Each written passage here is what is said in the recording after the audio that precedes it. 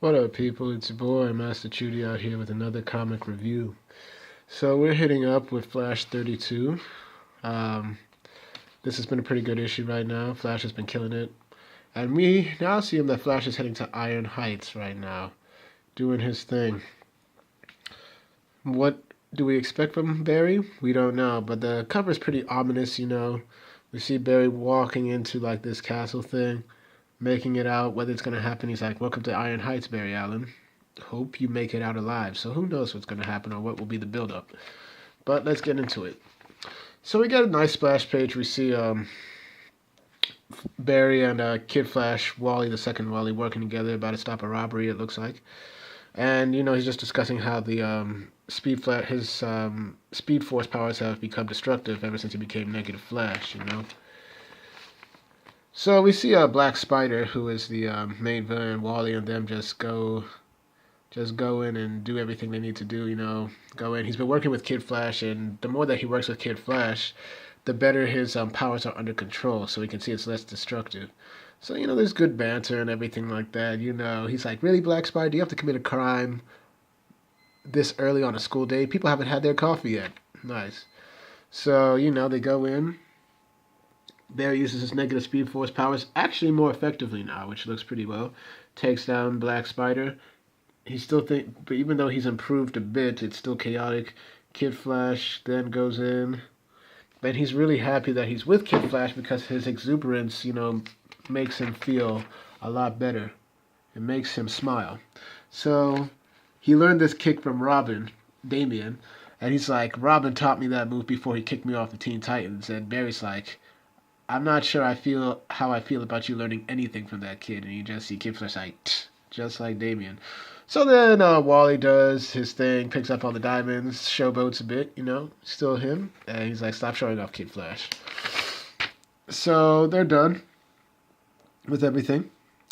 And so, he asks, then Barry starts asking about, what about, I heard you were going kicked off the Teen Titans. What about that? And he's like, "We can't talk about that. I don't want to talk about it." He's like, "I'm just here to help you because I told Iris I was going to and I didn't want to lie to her." And Barry's like, "Okay." He's like, so Barry's like, "I got to start my new job." So he goes to school and Barry goes to Iron Heights. Boom, boom, boom. Look at that. Dang. This is actually a very nice piece of art right here.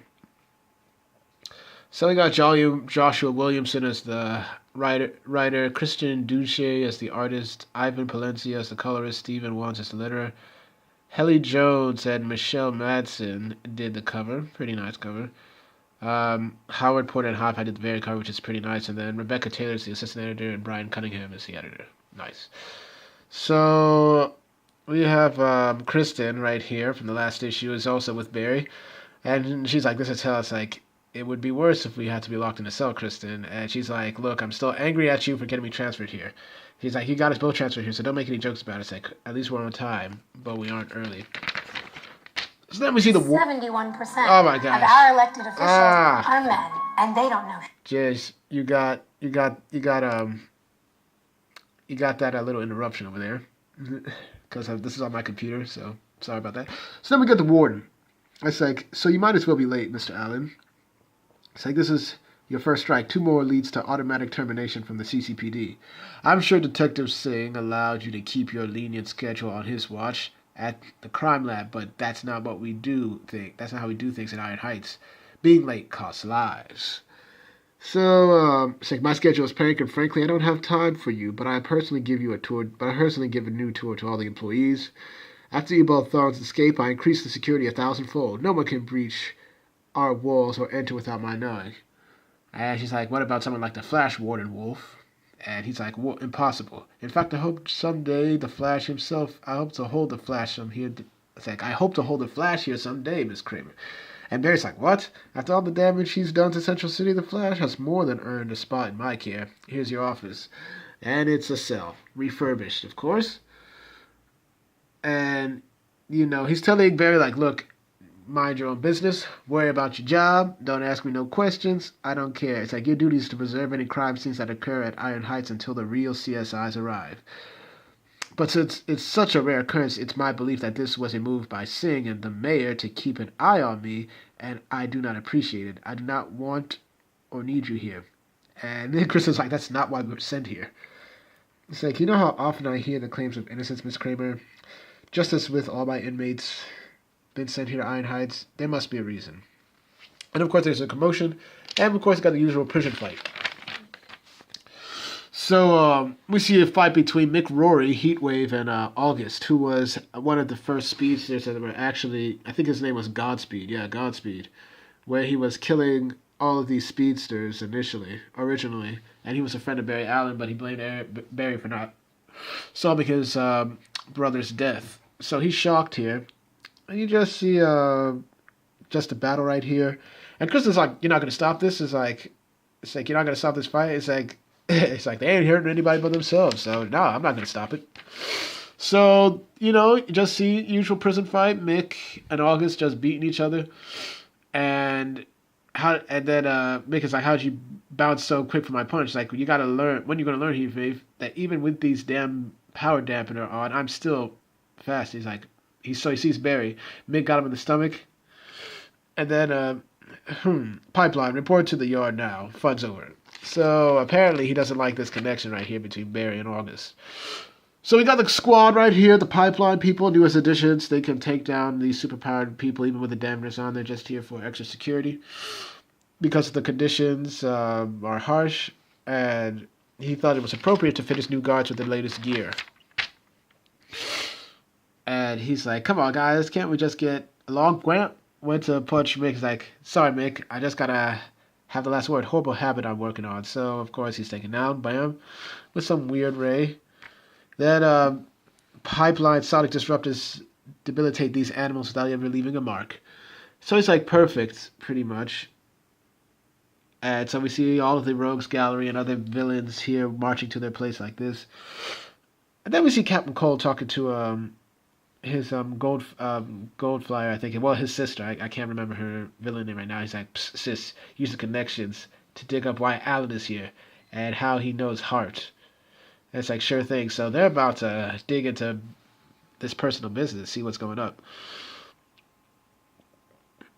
And then basically Chris is like, isn't that fight a crime scene? He's like, man, nah, man. It's like, it ain't. Augustus Hart and Mick Roy were just engaged in an altercation. Case closed. And she's like, but why are the Rogues still in their costume? And then he's like, do not call them that. He's like, do not call them that. I don't care what fancy labels these criminals decide to call themselves. That word is banned from Iron Heights. So it's like, man, we're not going to glorify these people. So it's like, I've allowed them to continue to wear their costumes as a constant reminder of who they really are. Not only that, they never escape Iron Heights. They cannot escape their past. In Iron Heights, there is no group therapy, no job training, no diaper changing. And so she's like, don't you think this is a bit severe? What if someone wants forgiveness, redemption? If they serve their time and are willing to change, they deserve a second chance. Hell is empty, and the devils are here. Shakespeare. And she's like, yeah, I read The Tempest in high school too, but you step into my world and question my methods. Would you like to see firsthand how far beyond redemption these costume criminals truly are? And Chris is like, are you hearing this, Barry? He's like, look, yeah, Wolf's right. And she's shocked. Barry's basically a little bit jaded. He doesn't believe that, that Iron Heights has the worst of the worst, that they can't be redeemed. And that's like, Captain Cold, the rest are here because they've heard a lot of people did destruction to a lot of property and they ruined the lives of the city. August killed speedsters to steal their power. And he's like, for years, it's like, this place was revolving door worse than Arkham, but they always end up back here, and not because they get caught, because they can't stop. They don't deserve a second chance, and she's just flabbergasted. And, it's like, it appears I was wrong about you, Mr. Allen, Wolf says. Maybe Iron Heights is where you belong after all. So Barry's really changing. So meanwhile, we get outside of Central City. This is Copperhead, the female Copperhead, I believe. And so apparently this whole thing with Black Spider that was done in the morning, she hired him on his recommendation, but apparently this guy failed. And not only that, he attracted the Flashes. So she is not pleased, and she believes that this dude is working for her enemy. He tries to plead. He's like, "No, man, I'm good." But she's like, "No, don't beg to me, man. Beg to my children." Then we just see the Cobras, man. You see all these Cobras, like, oh. And, they start biting him, poisoning him. And then she's basically saying that, I'm going to find out who my enemy is and who this new crime lord is. And that's what I'm going to do. So, work's over. Barry still wants to patch things up with Kristen, but she's like, I don't want to hear it. Good night. And he's about to call Wally to say, okay, look, I'm going to have this conversation, but then just see whoosh. So he just sees some force drag Barry, and he thinks it's Wally. It's like, hell, Wally, you could have. It's like, wrong speedster. Mina is like, miss me, Barry? So this woman was somebody who Barry was having a pretty nice fling with in like the beginning of the Rebirth Flash. And she also became a speedster. And I gotta say, I like her design, all black, silver, looking good. And then we see the next one is a metal tie-in and then the Black Hole Rising. So it'll be interesting to see how Barry's life changes with her back in the picture. Solid book. I like it. Give it an 8 out of 10. Did what it had to do. We're engaged and whatnot. So I'm pleased. Flash has been hitting it. So, thank y'all for watching. Please like, share, and subscribe and hit the notifications. Once again, I do these reviews for you, the people, because I want to get my views out on these comics, discuss good things and whatnot, and keep at it. So, thank y'all for watching. I'll see y'all later, and everybody have a nice day.